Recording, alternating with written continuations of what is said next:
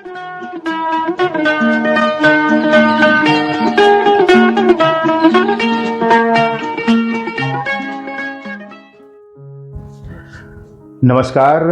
आदाब दोस्तों, आपके साथ मैं फराज हूं और चैनल फिल्मी फराज। आज हम उस शख्स की बात करेंगे, उस महान गायक की बात करेंगे जिसे क्लासिकल संगीत का भी काफ़ी ज्ञान रहा, बहुत कुछ रहा, काफ़ी क्या, और प्लेबैक सिंगिंग में भी नाम कमाया। लेकिन इस शख्स को, इस महान कलाकार को, इस ग्रेट लेजेंड को, गायक को उनका जायज मुकाम नहीं मिला।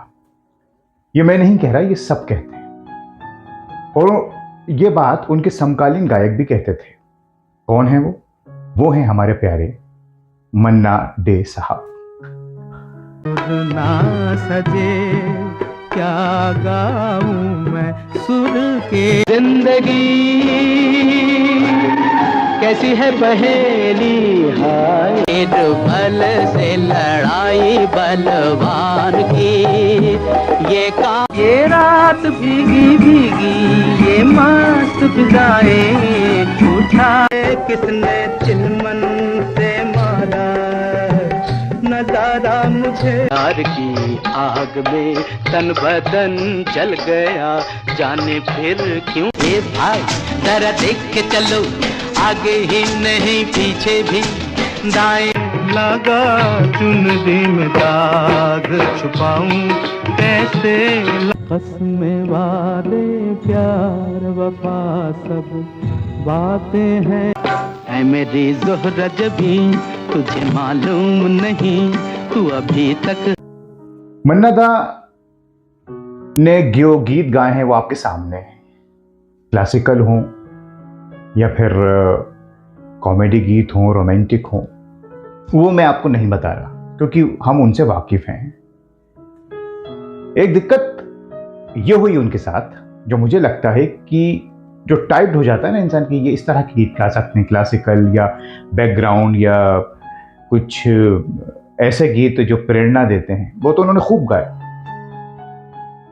और एक वजह और रही, मन्ना डे क्लासिकल संगीत के ज़बरदस्त जानकार थे क्योंकि वो कलकत्ता से आए, अपने चाचा कैसीड डे साहब से संगीत सीखा, तालीम ली, उस्ताद दबीर खान साहब से ली शुरू में, और भी लोगों से, तो ज़बरदस्त जानकार थे वो क्लासिकल संगीत के।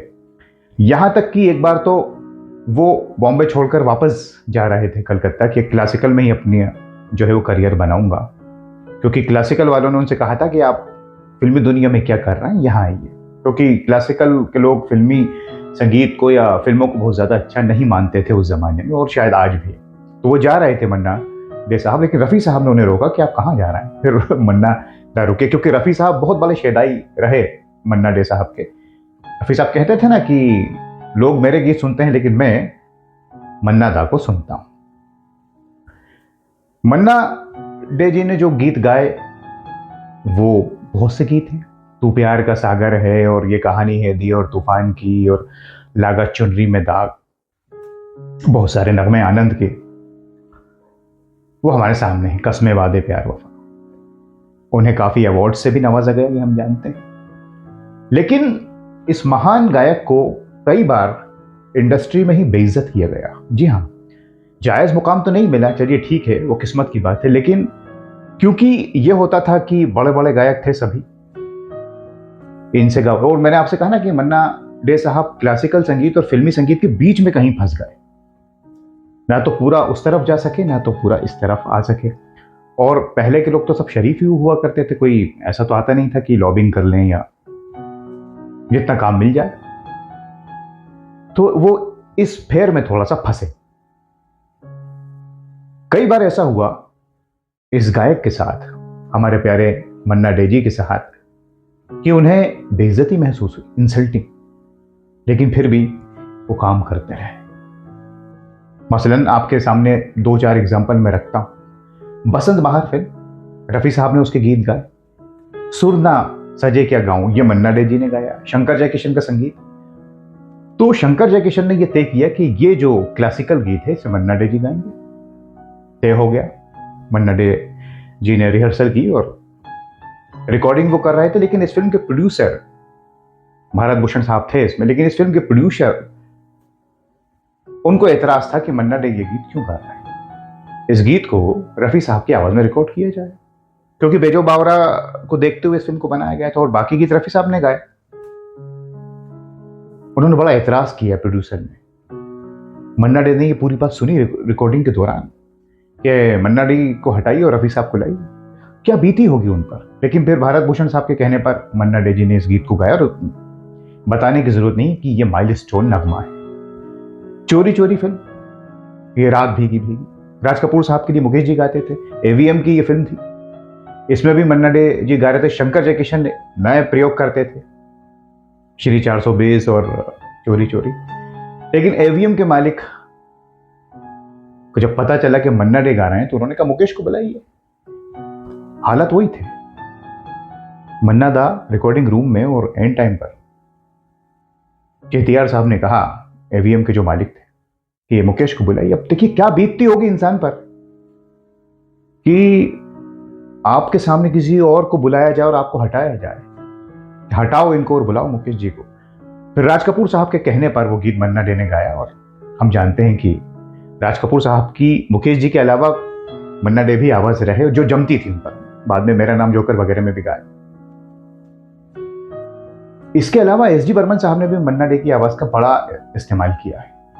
फिल्म बात एक रात की, जॉनी वॉकर साहब पर एक कव्वाली पिक्चराइज होना थी, जॉनी वॉकर साहब रफी साहब की आवाज लेते थे, लेकिन एसडी बर्मन साहब ये जानते थे कि कौन सा गाना किससे गवाना है। वो क्लासिकल टच की कव्वाली थी, हालांकि रफी साहब भी बहुत अच्छा गाते थे, लेकिन अब संगीतकार की अपनी पसंद होती है, वो धुन गायक को नजर में रखकर बनाते हैं।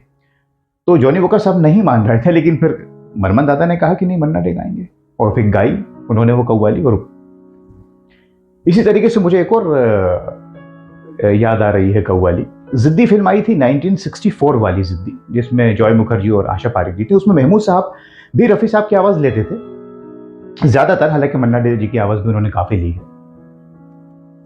उसमें एक बड़ा क्लासिकल उसमें गाना है, तन बदन है ना जल गया, ये मन्ना डे जी ने गाया है, संगीत एसडी बर्मन साहब का ही है। तो क्लासिकल टच था इसमें, तो उन्होंने मन्ना डे, वही वो लोग ज्यादा समझते हैं, लेकिन महमूद साहब भी माने और फिर ये गीत मन्ना डे जी ने गाया। और रफी साहब तो खुश होते थे जब मन्ना डे जी गाते थे, तो वो चाहते थे कि हम और सुने और सीखें इनसे। रफी साहब को हम जानते ही हैं। तो ये बार बार, ये तो चंद किस्से हैं जो ये इनसे, हालांकि मैं मानता हूं बड़े कलाकार की इंसल्ट कभी नहीं हो सकती, लेकिन उस वक्त बुरा तो लगता होगा ना दोस्त। इस बीच वो चल रहे थे, गा रहे थे, और फिर लागत चुनरी में दाग, इतना जबरदस्त गीत क्लासिकल, उसके लिए उन्हें अवार्ड नहीं मिला। मेरा नाम जोकर के गीत के लिए मिला, जिसका उन्हें खुद भी मलाल था। खैर ऐसा होता है अवार्ड्स को लेकर, तो हम क्या बात करें। बलराज साहनी साहब की तो काफी वो आवाज रहे हैं, फूल दुमाली में भी, और ए मेरी जोहरा जबी कौन भूल सकता है वक्त। बहरहाल मन्ना डे जी ने गीत गाए, बहुत मकबूल भी हुए, कस्मे वादे प्यार वफा कौन भूल सकता है, आनंद, और उन्होंने और भी मधुशाला पूरे रिकॉर्ड की बच्चन जी की, उनकी आवाज में है।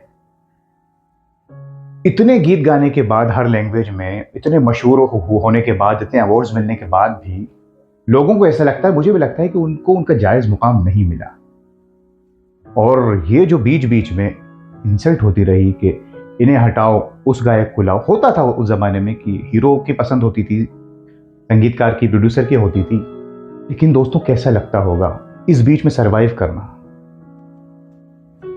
आज हम इन बातों को अगर भूल भी जाएं, खाली उनके काम ही को याद करें, तो वो जरूरी भी है।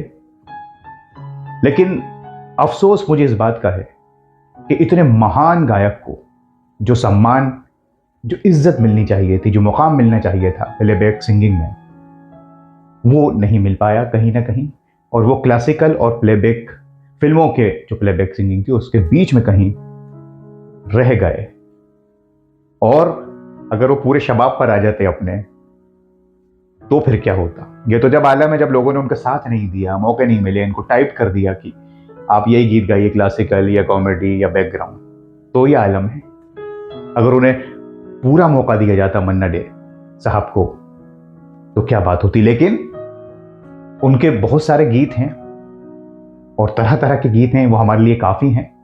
अब तो वो हमारे बीच में नहीं है, चले गए हैं इस दुनिया से, लेकिन उनकी आवाज़ हमारे साथ है और उनकी अच्छी बातें हमारे साथ हैं। तो ये हमने आपसे कुछ बातें साझा की।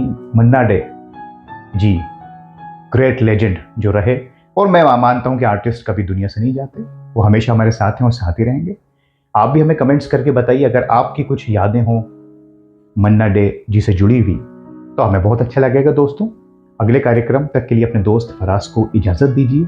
नमस्कार, खुदा हाफिज़।